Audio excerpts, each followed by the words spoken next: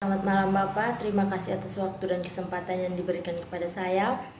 Saya akan mempresentasikan hasil review buku ke-9, Teori Sosiologi Klasik.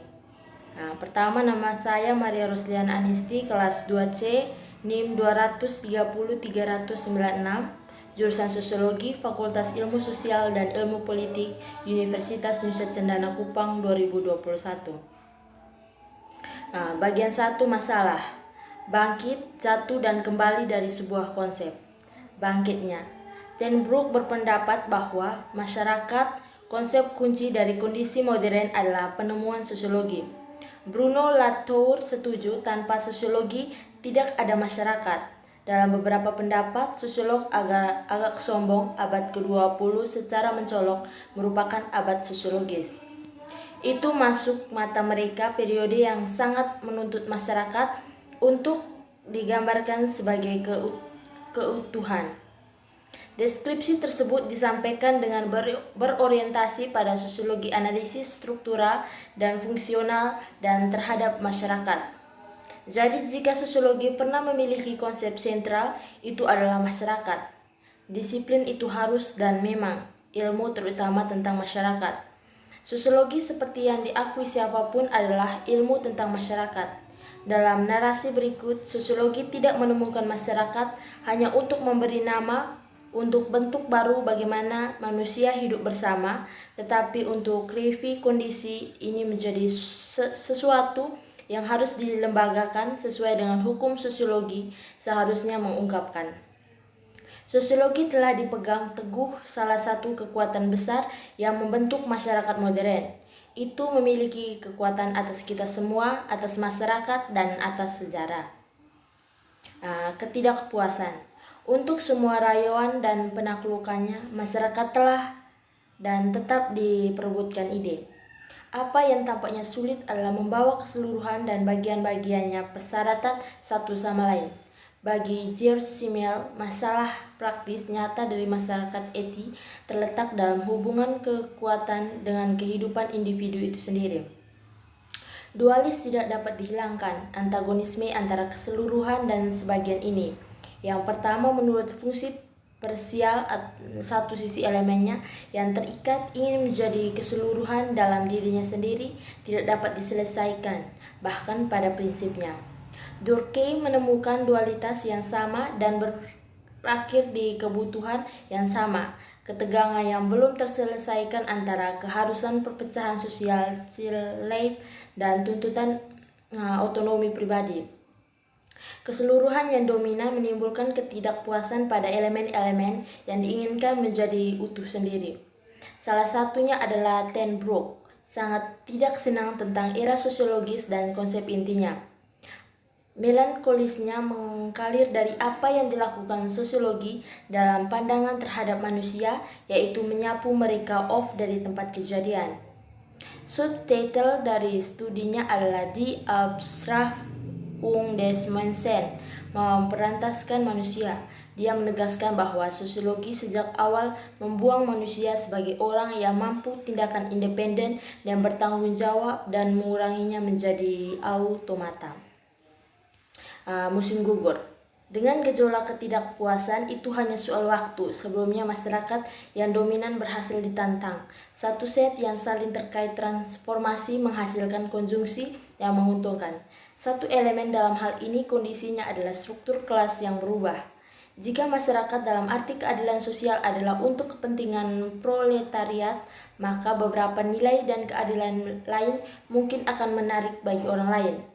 Jika proposisi kelas berubah, urutan peringkat nilai dan hakim adalah kemungkinan besar akan berubah juga. Dan proposisi kelas memang berubah. Kapan masyarakat sosiologi mencapai kedewasaan sebagai dorongan utama di balik ini? Itu proletariat atau kelas pekerja sudah merosot.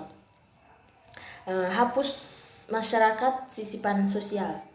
Ketika masyarakat dihapus dari sosiologi, penekannya bergeser beberapa di mana lagi. Menunjukkan di mana dia mendefinisikan sosiologi sebagai ilmu tentang kehidupan bersama, meminjam. Ini hampir sama dengan mengatakan bahwa sosiologi hanyalah studi masyarakat, yang namanya berasal dari bahasa Latin socius yang berarti asosiasi, maka kolega, kawan, teman. Bagaimanapun rekan, kolega, kawan, dan sahabat adalah orang-orang yang hidup bersama dengan yang lainnya dari kita dan dengan demikian membentuk masyarakat. Langkah pembukaan Latour baik-baik saja, itu miliknya kelanjutan yang membuat saya kesulitan. Kembalinya kekal. Kita telah melihat di atas bahwa upaya Latour untuk mengusir masyarakat dari sosiologi ternyata tidak seperti yang diharapkan, tetapi konsepnya kembali. Asumsi saya hal yang sama terjadi pada orang lain yang berusaha untuk mengusir masyarakat dan namun berniat untuk mempraktikkan sosiologi. Ini akan ditunjukkan di bawah. Ketika masyarakat menegaskan kembali dirinya sendiri, ia tidak melakukannya demi deskripsi sendiri.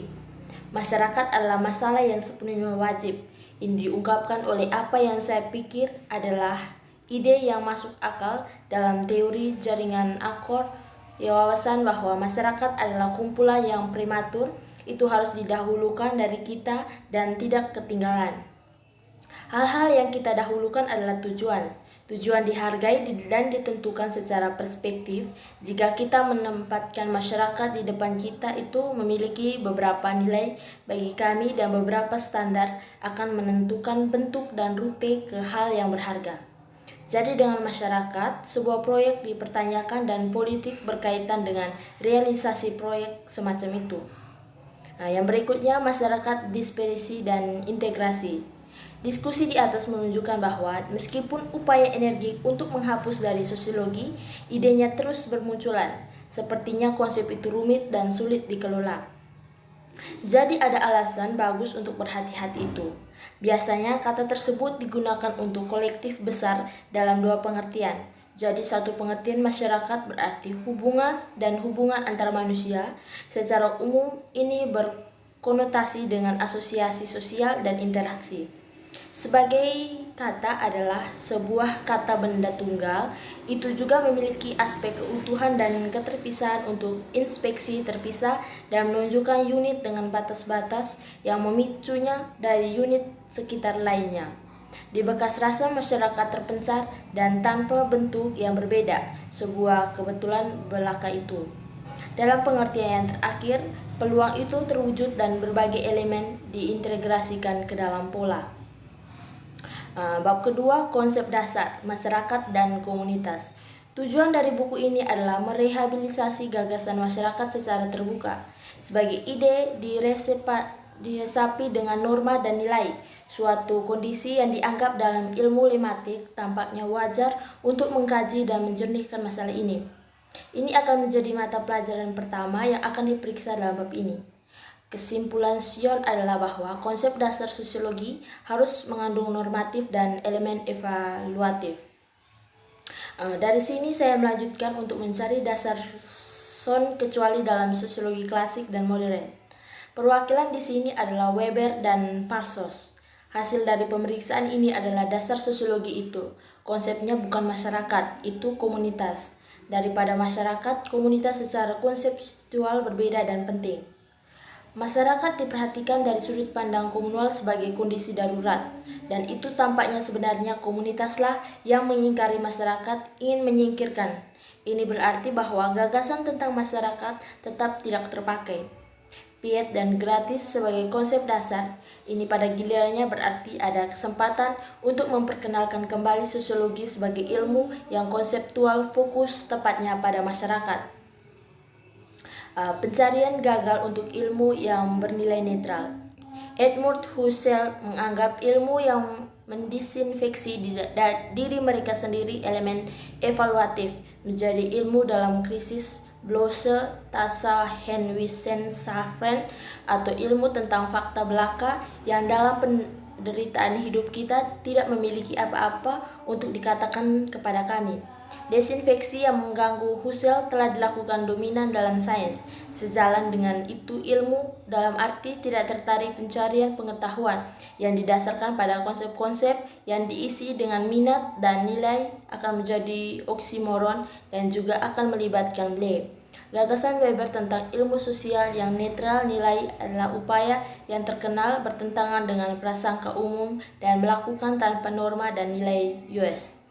Prasangka yang dimaksud adalah bahwa Ada sesuatu yang lebih dari sekadar fakta dibutuhkan untuk makna dan perasaan dan untuk bertahan hidup.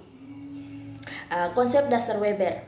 Jika ilmu ditentukan oleh konteks konseptual yang melibatkan nilai, maka Weber seharusnya memiliki sistem nilai sendiri. Dia seharusnya punya ini karena makhluk tanpa nilai juga tidak akan memiliki fakta.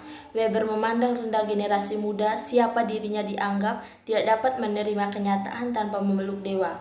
Tapi dia melakukannya tidak sendiri, mencerna realitas tanpa landasan konseptual dan sesuai yang objek penelitiannya dipilih, dianalisis, dan diatur untuk eksposisi tujuan teori. Unsur-unsur evaluasi dilibatkan yayasan ini. Yang berikutnya konsep dasar Parsons. Parsons menerjemahkan karya restoratif Weber ke dalam teori yang sistematis. Studi awal berasal dari suatu waktu dari akhir 1920-an dan seterusnya.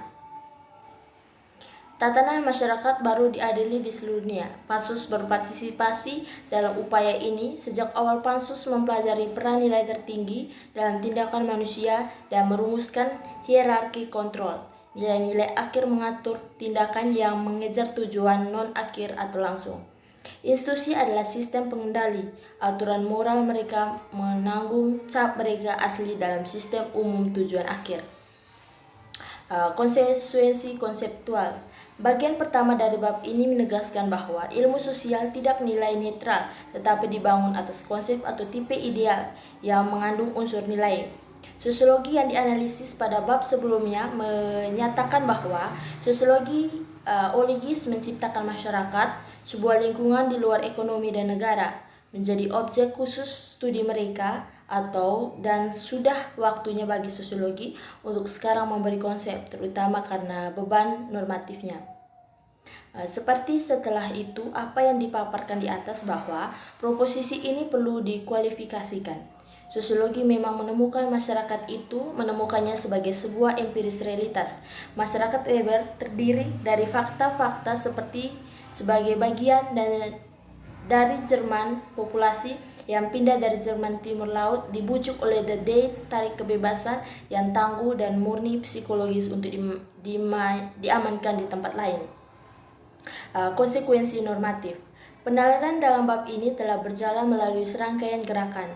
Titik awalnya terbukti dengan sendirinya adalah bahwa sains mengandaikan konsep, beberapa konsep mendasar. Dasar sosiologi konsep adalah tipe ideal.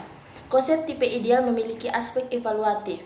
Jika komunitas adalah konsep tipe ideal yang merupakan pengetahuan sosiologi, maka sosiologi yang mengejar pengetahuan itu juga berkomitmen dalam arti tertentu untuk komunitas.